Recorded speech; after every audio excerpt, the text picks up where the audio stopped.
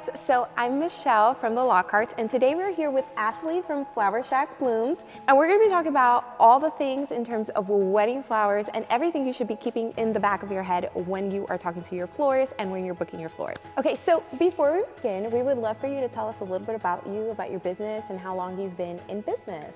Sure. Well, I started off like a lot of other people where I was just a DIY bride.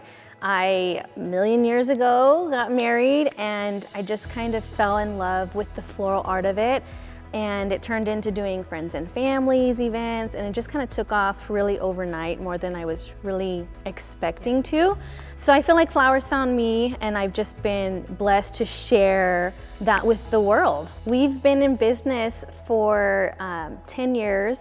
I started a couple years prior to that for my own wedding, but we officially opened in 2013. So since then, I've been flowering throughout Texas. Oh my gosh. So if you guys haven't already seen Ashley's work, her work is just absolutely amazing.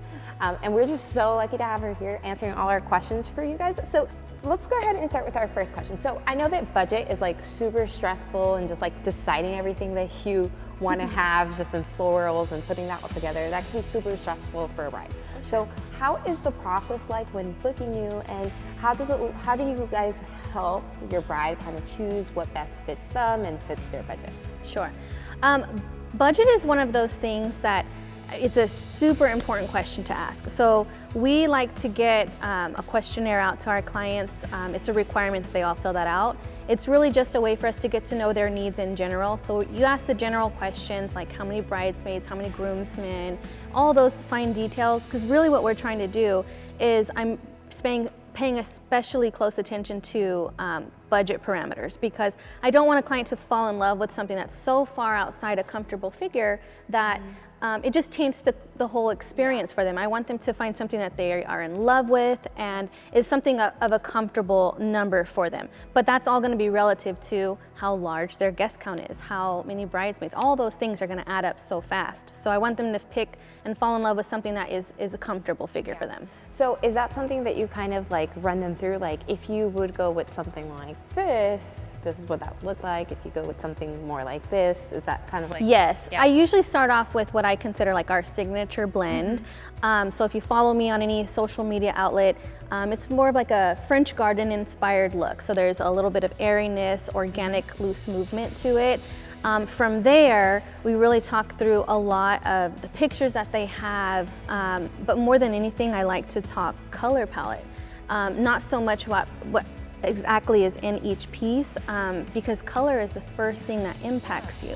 So I think color is super, super important, even more so than necessarily what it's made out of, simply because we use the most amazing product already. So if you start off with great ingredients, it's going to turn out beautifully.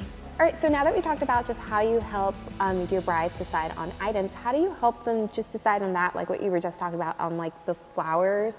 I know you said, you know, color combination is really important, but how do you help them decide on the types of flowers and how to like make substitutions in case, you know, they saw this picture that they really loved? That's really a whole design process. So I really like to have a thorough consultation with all of our clients. It's really a way for me to get to know their needs. So we dive through their Pinterest links, because maybe there's something that I see in them that they don't even realize is a consistency. So I'm a visual person. So consultations where there's lots of exchanging of pictures, we're picking apart the ingredients of it. I also try behind the scenes to take photos of things in their natural state. So natural light versus things that have been edited. Everything online's been edited, right? And so I like to educate my clients of the difference of what you're gonna see on the day of versus what you're gonna see online in all these pictures that we see. So like behind the scenes Instagram, I'll take a snap of something in real daylight so you can see this is what it actually looks like, not these hyper overexposed images that you see online. Another great thing too is keeping your bloom selections to something in season. So maybe that means not having peonies in the dead of winter, or anemones, only using them when they are available. So signature looks that we like to push, it's going to be mixed infusion of different greenery throughout the year that fluctuates. Roses are always year-round, come in every color under the sun. Those are types of things that we would use regularly all the time, keep it consistent and in line with budget, keeping it to in-season blooms. So we all know that a lot of things goes on beforehand in order to make sure that all those flowers are ready to go for the day of. So can you run us through what that process looks like for you? Most of the floral is ordered beforehand, like the meat and potatoes, I would say, is booked. We reserve those orders immediately after the client books. From there, typical work week, we're getting our flowers in Tuesday, Wednesday for processing and hydrating. Design work starts on Thursdays and Fridays for a Saturday wedding. Everything is bumped up a day earlier if it's a Friday wedding. That's pretty much the flow of our week until we get to the big day. Perfect. And how do you prep the flowers just kind of like beforehand? Like what do you do anything to them like in order to make sure that they're good? Well, most of my flowers I order in, so I have them flown in. That's my preferred method just because I have more control and it's more farm fresh direct product, so I have more control over the color, the quality that's coming through. Quality is a big deal for me. I want them to be fabulous the whole way through. Big, lush, huge roses, full open garden roses, all the finer things, that's what I love. So I order those in. You know, we have to pick them up all the way from the airport, drive them all the way back to the shop. Their stems are cut, put in hydrating solutions so that they are fully opened and bloomed and ready to go. And then we start the design process, usually, you know, the following day or so. Nice. I feel like they get like a VIP treatment. Like I baby my flowers. I do. I baby them. Well, we try, you know, we try. So in addition to this, what pieces are worked on before the wedding day as opposed to the day of? I'm from the mindset that wedding days are already kind of chaotic and there's always something that happens, right? So we like 95% of the whole wedding to be completed beforehand. Wedding days are really just a production day of getting everything there, unloaded, staff, executing, installing pieces. The little amount of time that we have that venues allow us to get there, account for drive time, all that good stuff. We really just want to a quick setup as you know, as fast as we can, but flawless as possible.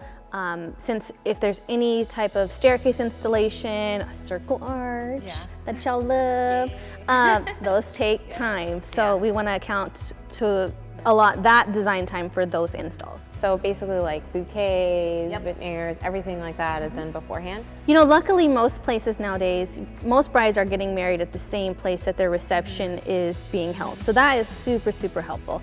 But if it wasn't, normally the flow, we would be dropping off personal. So bouquets and boutonnieres, that's gonna go to their hotel or to the chapel, and then right on over to ceremony and reception decor has to get set up immediately after. So because you do have to do work the day of, so what time do you typically arrive to the ceremony and the reception area on the wedding day?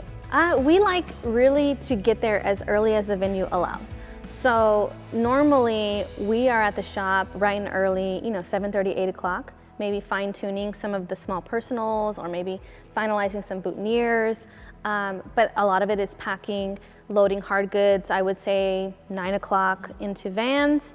By 10 o'clock, 10:30, we are headed out, driving onto the venue. I mean, in DFW, y'all know, it takes, you know, an eternity to get from one end to the other. So we like to account for that, drive time. If there's any unexpected traffic, you know, we have to leave extra early to ensure that we have, you know, all those hours once we arrive at the venue. Hopefully by maybe 10:30, 11, in that window is the sweet spot that we like to start. And then we have, you know, 3-4 hours of setup time. And then you guys typically come right afterwards, after the wedding is over, to kind of like clean up. Like what do you guys do during that Or time? even room flips. Sometimes we're there sooner. Sometimes it's a whole day's worth of work. So we have to account for our staff's time to be there all day, meals and all that throughout that process, stay for a ceremony, do the room flip. You know, you get a few hours downtime and then we're back at midnight picking up all the rentals, candelabras, candles, vases, all the things. Oh, that's a really long day, guys. That's a really long day to just get all those floral dreams to come true. We work very, very hard to make, you know, it all come together beautifully. Yeah. So usually a big thing is kind of like maximizing budget, and I know right now repurposing flowers is a big thing. So what are your kind of tips and your thoughts upon, just repurposing flowers, and what do you think about that? I'm so glad you asked this question. I love personally reusing flowers in any which way we possibly can, but only when it's appropriate. And I feel like sometimes that is really what your professional should be guiding you, right? We're guiding our clients to making the best decisions possible. And so I'm all for repurposing, but in the dead of summer, guys, it's not an option. Yeah. Do not do it. No matter what people tell you, it is not a good thing. Yeah. Flowers will be half dead. They've been out of water. The Texas heat, I mean, even 30 minutes, it's not good. And we do everything possible, put them out last minute. But circling back to reusable designs, we really like to reuse lots of things. So my circle arch, that's a reusable design. Pick it up, move it behind a sweetheart table piece. Maybe like a 4-piece pedestal look in the back of the ceremony site.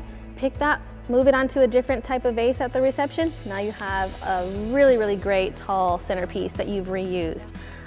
There's so many different options. A lot has to do with the layout of your venue. But we try to push reusable designs as much as possible. I feel like it's best for our client's budget. It's less work on staff. And you get glam in 2 places. Yeah. So it's a win for everyone. And then at least for photo wise, I mean, like you get like beautiful things during the ceremony, and then you also get like a beautiful arrangement during the reception. And I know sometimes people like add those flowers to like the cake table and just like other places, and it's like, I didn't know that needed that, but it looks really nice. Mm-hmm. So I love that. Some of our favorite things too are like floor aisle clusters, picking them up and putting them under your cake table. But I think sometimes people can get a little too crazy with reusing things, when it's not needed. Or sometimes something is built just for one space. We cannot take that cross piece and put it on your table. It does not look good. It has to be, it has to make sense. Yeah, so definitely talking to your florist, so you're the professional. Always ask that question and see where could you repurpose and when is it going to look good. So now on to bouquets. I know you do some beautiful work with bouquets. So, and there's like many different styles that you have done and seen. So what are those styles and what do you kind of lean more towards? Well, there's so many different styles nowadays. You have your cascades, you have your garden style, more modern infused. I call those modern art. Your what we call glam, where they're tighter composition, just bloom on bloom, not much greenery. But we tend to favor really only a few styles. So our linear style bouquet is the one that's most popular. That's what you'll see on most of our social media. It's just a very organic, wider bouquet than it is deep. It has a beautiful splay and it photographs well. Those are the things. The textured, rounded designs kind of fall in between glam and the signature looks. And then you have more glam designs, which are very, very sleek, more tight composition when it comes to bloom ratio. And then we consider our modern art things that are infused with maybe dried product or pampas grass, or they have lots of texture. Those are really the few that we go between all the time. Yeah, that sounds all beautiful, and finding something that is like right for your look and that fits the other flowers. I think that's something like definitely to talk about with your florist and see what they suggest. So just like bouquets, I know that there's a lot of like different options for just centerpieces. So how do you help your brides kind of decide that, and what do you guys usually lean more towards during? Well, their budget will tell me where to go. So from there, we really kind of mirror something that is aesthetically pleasing to their personal bouquet work versus the centerpieces. We want it to be a cohesive look. You're gonna have your greenery and candles option, maybe candelabras, low lush floral. You've got your tall centerpieces that are gonna call for a lot of attention, very luxe design. In addition to just the reception space, what different types of ceremony setups could brides typically like go for? A couple different centerpiece styles that are most popular would be our circle arch. We are the best in DFW. I'm just saying that if you want a circle arch, you need to come over here. An open arch style, that's the little pillars that you see, that's a really popular look. And those are movable. Both of those are movable. I tend to also really push the 4 pedestal look because those can be moved, and it creates a really, really great ceremony space, not just in the back, but if you put 2 in the front, you know, you get great photos from entry and exit. So I'm very conscious of the photographs that are going to be taken, and I want to highlight spaces that are going to get a lot of attention. Yeah, I agree. And like the work that you guys do for like ceremony always looks so beautiful. And I always say, guys, spend the money on the ceremony, because that's where you're like literally saying your vows. It's so worth it, especially to have like those beautiful setups for sure. I always tell clients though, before you drop a good chunk of change on floral, you have to have an equivalent photographer, videographer, because I mean, without that, we really don't have any proof of our fabulous work, and those are the things that you're gonna have forever. Everything is part of the moment, the experience, the day of, but those are all the fine touches. But without you guys, we really, you know, what do we have? How do we make sure, how do we have proof, social proof that it happened, right? So in addition to just like the flowers, I know that like vases and pedestals and all that stuff is like really important to just, you know, the overall look. So how do you help brides kind of determine which vases and which pedestals work for them? Brides just have to come into our shop and they can look through anything that we have in our studio. So we do have the option to custom order things, but in my shop, I stock colored candles, all sorts of shades and colors. So, you know, it's I think best to come in, look at things tangible, touch, feel them, and see what really speaks to you. I mean, we make our own in-house custom hand-torn silk ribbon. You know, that's how much of a control freak color-wise I am. So, and I would just rather somebody come in and take a look at it for themselves, what speaks to them. Yeah, that's amazing. And while we're just speaking about that, so what other rental items do you offer to your clients in addition to just flowers? We have quite a few options. So I am a true lover of candlelight. Candlelight, candlelight, candlelight goes such a long ways. It just helps that romantic vibe of the evening, everything come together. So even just simple greenery candles does wonders. We have these modern candelabras that we use often. Those are a real hot item right now because it gives you some height, added flair to your room, a little bit of glam, but it's a little more sleek and modern than the old, you know, more traditional candelabras. Those are a little bit more dated. This is a little more current, but still sleek and effortless. I love it. I love all tabletop decor, textures.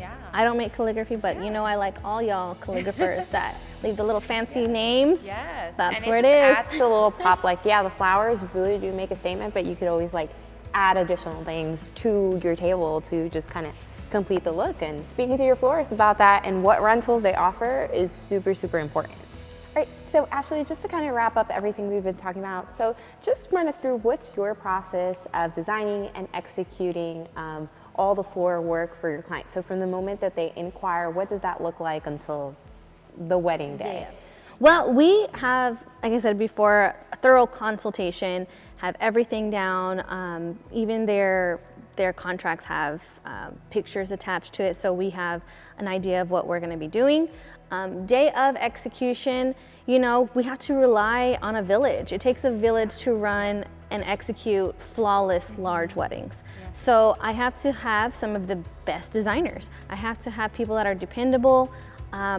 For me, what it looks like is usually I'm leading some of the major installs going on, but I still like to have my hand in the other things going on in the day. So when we arrive, you know, I have X person working on this area, these people setting up reception. I'm gonna start on the mantle with my helpers, and then as that gets going, I'm gonna go touch base on all the other places, just to ensure that it's going and designing to how I'm liking. I can tweak and adjust things and make sure that it comes together and really make my client's vision come to life. But it's really a village. We have to, you know, rely on lots of hands.